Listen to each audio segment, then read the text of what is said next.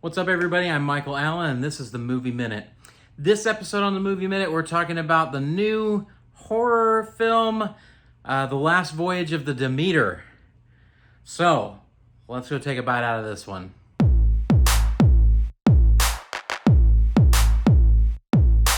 So let's talk about The Last Voyage of the Demeter.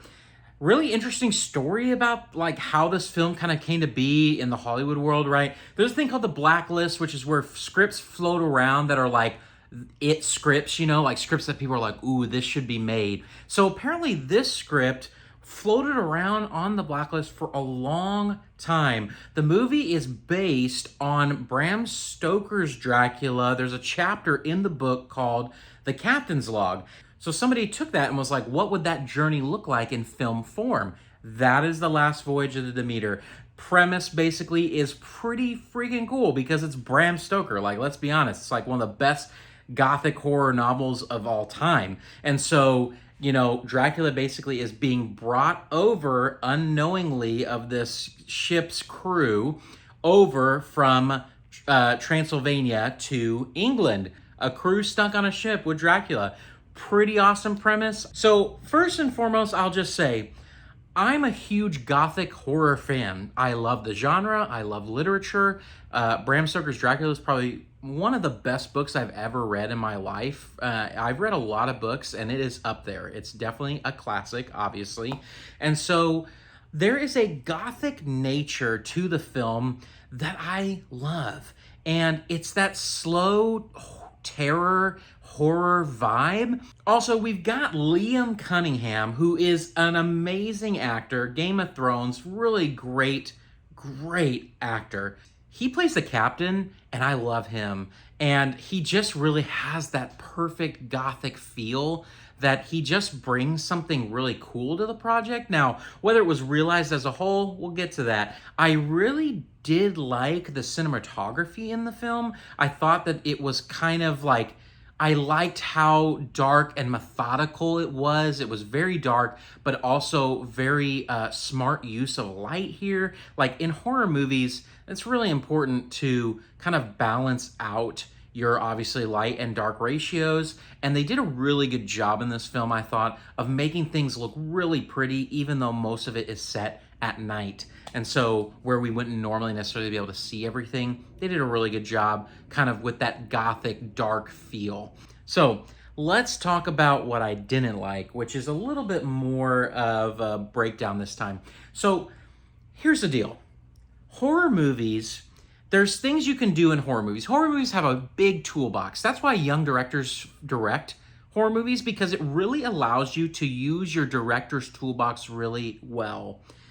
And sadly, the director did not use his toolbox very well with this movie. Now, let me explain. So, in a monster movie, there's two ways you can go, okay? You can either go super gory, violent horror, that you see the monster and the monster is terrifying and it just shreds people and kills and it's just a terrifying experience, right? That's a way that you can go. The other way you can go is never ever seeing the monster, ever. The monster is constantly hidden, you never see it, and it's this lurking horror that is taking you out one by one. Which one do you think that this movie did? And I can tell you it did neither. So it tried to dance in the middle of those two things. That's one thing I just did not like. They showed Dracula way too much in this movie. He wasn't scary. That's a big thing too. If you can't make a scary creature, don't show the creature. There are some good jump scares in this film, very few. There should have been way more in this movie. Way more jump scares should have been present that just were not. Now, that leads to the next thing that's really the biggest glaring thing. There's a lot of other little things that I didn't like, but I'm not gonna get super nitpicky with this one because a lot of people know what this movie is gonna be. The biggest thing with this movie really that just didn't land is the pacing of the film is weird. It is so slow and methodical in the middle when you really feel like things should be ramping up. And I get it from a Gothic perspective, kind of the slow terror is a thing, but it just was not executed well in the pacing of the plot and the script. Like, the script itself had really clunky moments, and they did things out of order also. I actually was watching, when I was watching, I actively thought midway through the movie, I started thinking, oh, if you would have taken this scene and put it over here, and you would have taken this scene and moved it here, the movie would have actually flowed a lot better. And so the editing itself just wasn't good. I mean, it could have been recut and been a lot scarier. On an entertainment scale, a lot of people know what this is gonna be, and I will say I was generally entertained. I'd probably give it like, I'd be generous and give it a 7 out of 10 for entertainment. It was entertaining. It was entertaining. I will give it that.